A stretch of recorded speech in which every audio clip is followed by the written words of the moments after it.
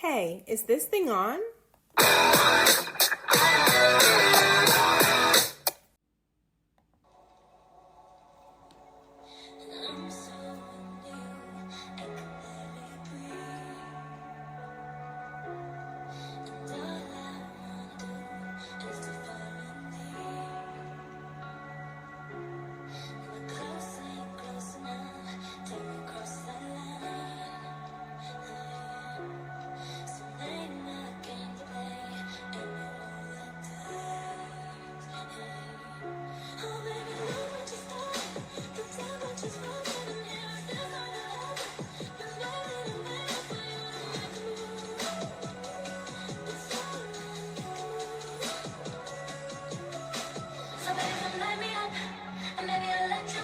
Hello, and welcome back to my channel. If you are a returning subscriber, thank you so much for being here. If you're returning and you have not subscribed, please go ahead and hit that button and also go ahead and hit the notification bell so you will always know when the next video is up and you can get your weekly dose of self-improvement.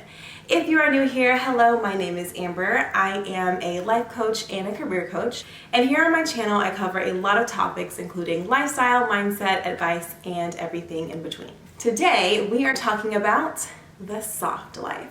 Now, I know the soft life has been floating around for quite some time now. We see it on every social media platform, but it's not just a trend or a buzzword. The soft life isn't actually anything new. It's been around for a while, but there wasn't really a name for it. So now we know the soft life as the feeling that can be derived from living a life that you love.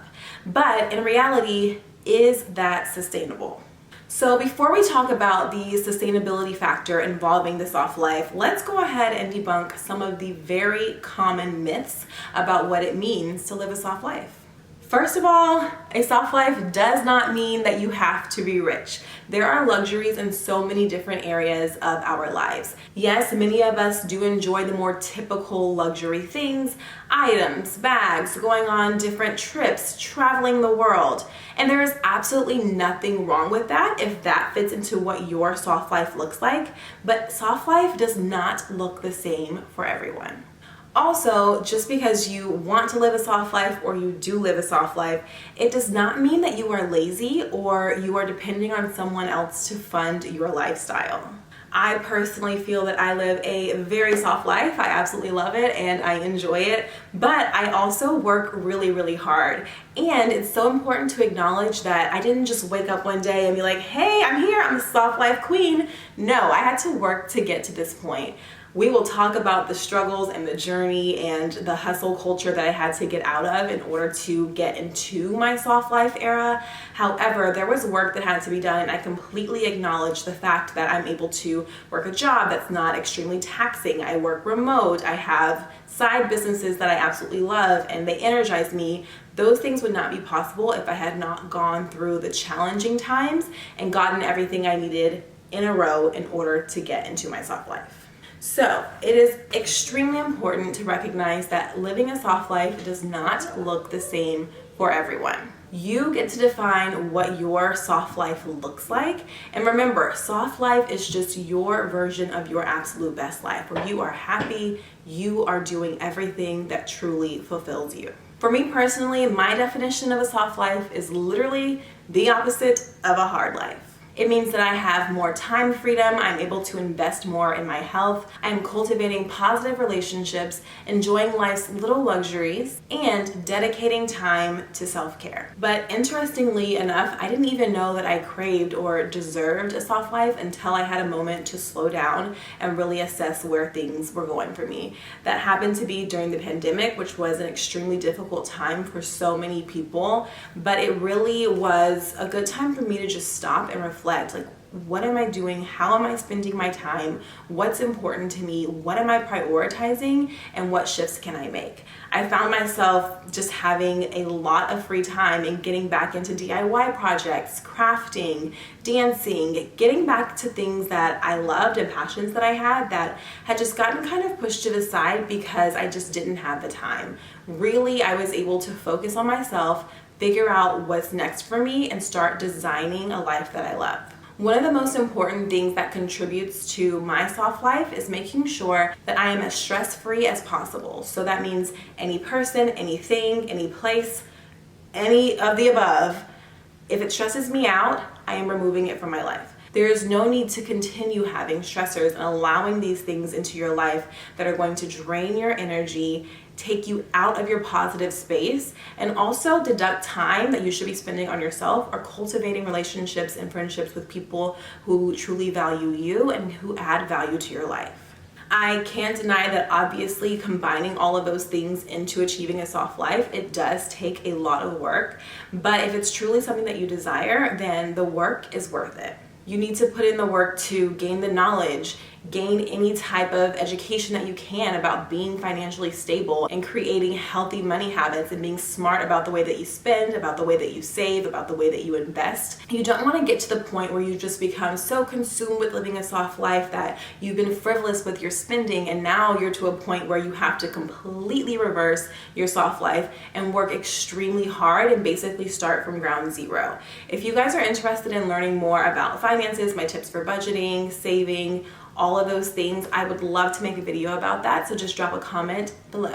So while yes, it does take a lot of effort, living a soft life definitely yields results. For me personally, it's shown up in my health, in my skin, in my hair, in the way that I interact with people, and in the way that I treat myself as well. But first and foremost, it shows up in my inner peace, and that is something that you cannot put a price on. My journey to a soft life was not easy. Honestly, I didn't even get to that point or realize that I needed to be at that point until I reached my 30s. So let's take it all the way back to the beginning. So when I first started working, it was just this mindset of I work, I make money, I spend the money on the weekend, I go back to work. It was something that I did when I was young, and honestly, I just really didn't know anything different. It's like you work, you have a couple of days off, and you head straight back to work. But I didn't even take a moment to stop and think about how I'm feeling.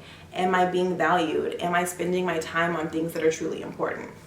So I worked very hard, and then I decided I wanted to start a side business. So I started life coaching, I started creating content, and instead of taking time from what I was already doing to allow myself the space for that, I just added on, and it became extremely stressful trying to maintain everything. I think it's so important to just realize that at some point you have to stop and check in with yourself. I think back to some of the places that I worked. I was undervalued, underpaid, honestly gaslighted half the time. And I didn't even realize it because I didn't take time to stop and analyze how I was truly feeling and what I truly wanted. I remember the moment when it clicked for me that I'm here. I've reached my soft life era and I don't want anything different. I actually booked a class for Pilates at a new studio, so I'm just driving. I'm like, it's all feeling a little too familiar.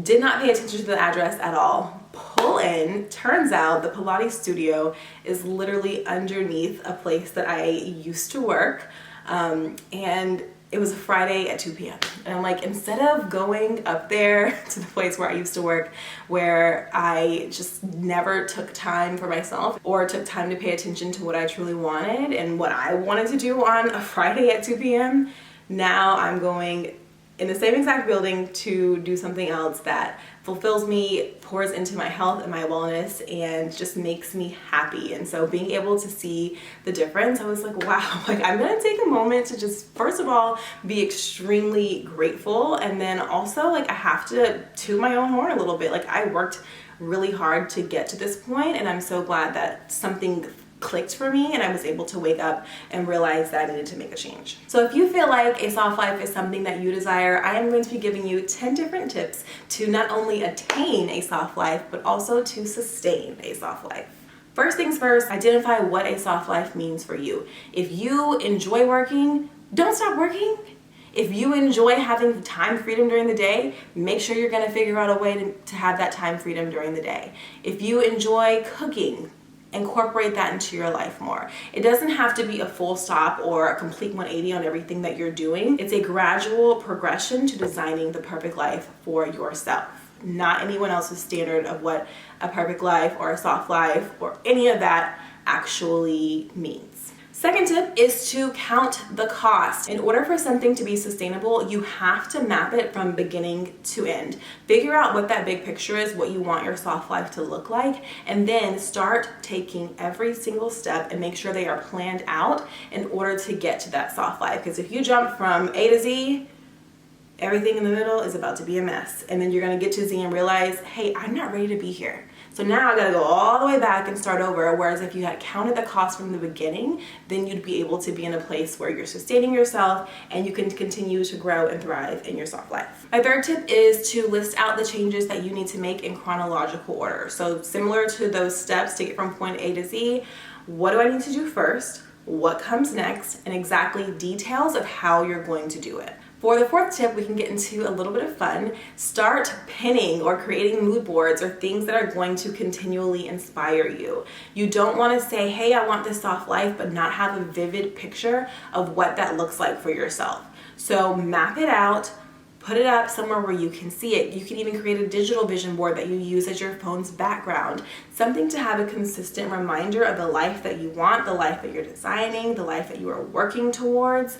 And then you can continually see it every single day and say, you know what did I do today to work towards gaining my soft life? The fifth tip is to set a reasonable deadline. You are not going from hard to soft overnight. That is not how things work. So you have to make sure that whatever time you set for when you want to be at your sustainable soft life is actually reasonable.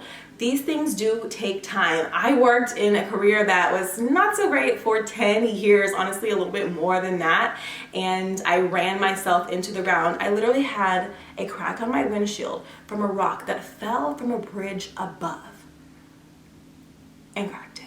Oh, and it was raining. Oh, and I was also in a 1.5 hour commute. It's not just something that pops up, oh, here's my soft life. No, I had to go through all the struggle and all the stress and strain to get there, but I made sure that I kept exactly in the forefront what I wanted, and I had a timeline, or really a deadline, for when I wanted to make sure that I had attained that soft life. My sixth tip is to get started right away and do not lose sight of your goal. You can't just say, oh, you know what, this is something that I want to really spend more time with myself, I want to focus more on self-care. Okay, so then what are you going to do tomorrow that contributes to your self-care? It can be the small things that you're able to start right away. Really look at the list of things that I mentioned earlier, that chronological list. Pick something that you're able to do and get started. Seventh, and this one is extremely important, you have to build a supportive community. You cannot do everything on your own. So really express to your friends, express to your family members, people who care about you, what you want to do, the goals that you have, the kind of life that you want to set up for yourself. Let them hold you accountable, and you can do likewise for them as well. And then you guys get to a point where it's just you're continually motivating each other, building each other up, and adding value to each other's lives. The eighth tip, well, I'm gonna mix a little 8 and 8.5. The eighth tip is to keep track of your progress, and 8.5 is to celebrate your milestones. Sometimes you feel like you haven't made any progress because you're like, no, this is the goal, like I wanna get here, but I'm still kind of in the middle. But no, look back. Look at all the work that you have done, look at all of the goals that you have reached, even if they're small. Celebrate them, continue to build yourself up, continue to root for yourself, and continue to remind yourself that you have done the work, you are doing the work, and you are on your way to the exact soft life that you want for yourself. My ninth tip is that nothing is too small. Do not downplay yourself. Do not be your own biggest critic. Even if you feel like you've only moved an inch, that is still movement, and that is movement in the right direction. So focus on those small things. If you take enough small steps, you're gonna get to a big step and you're gonna get to that finish line. And number 10, never forget your journey. It is so empowering, it's so inspiring to be able to look back and realize that I worked really hard to get to this point. I have grown so much through my experiences, and I get to share those experiences with other people now to make it a little bit easier for them to get to the place where they want to be. And that's so fulfilling, and I just know that even though sometimes it sucked so bad, it was all worth it. So to wrap things up, I want you all to keep in mind that a soft life is attainable and a soft life is sustainable if you feel like that's something that you want for yourself. So if you are trying to be a soft life queen, please comment below what your goal for a soft life is and what your perfectly designed soft life looks like. And like I mentioned earlier, you need to have a supportive community. So let's go ahead and start building one here. Please say hello to each other in the comments. Always be kind and polite. Drop any suggestions for videos that you would like to see below. Please share any tips that you have for how you attain a soft life and how you are sustaining a soft life. Again, thank you all so much for being here. Thank you for watching this video, and I will see you next week for your weekly dose of self-improvement. Thanks for tuning in to your weekly dose of self-improvement. Please like, comment, and subscribe, and follow me on Instagram at Affirmations with Amber.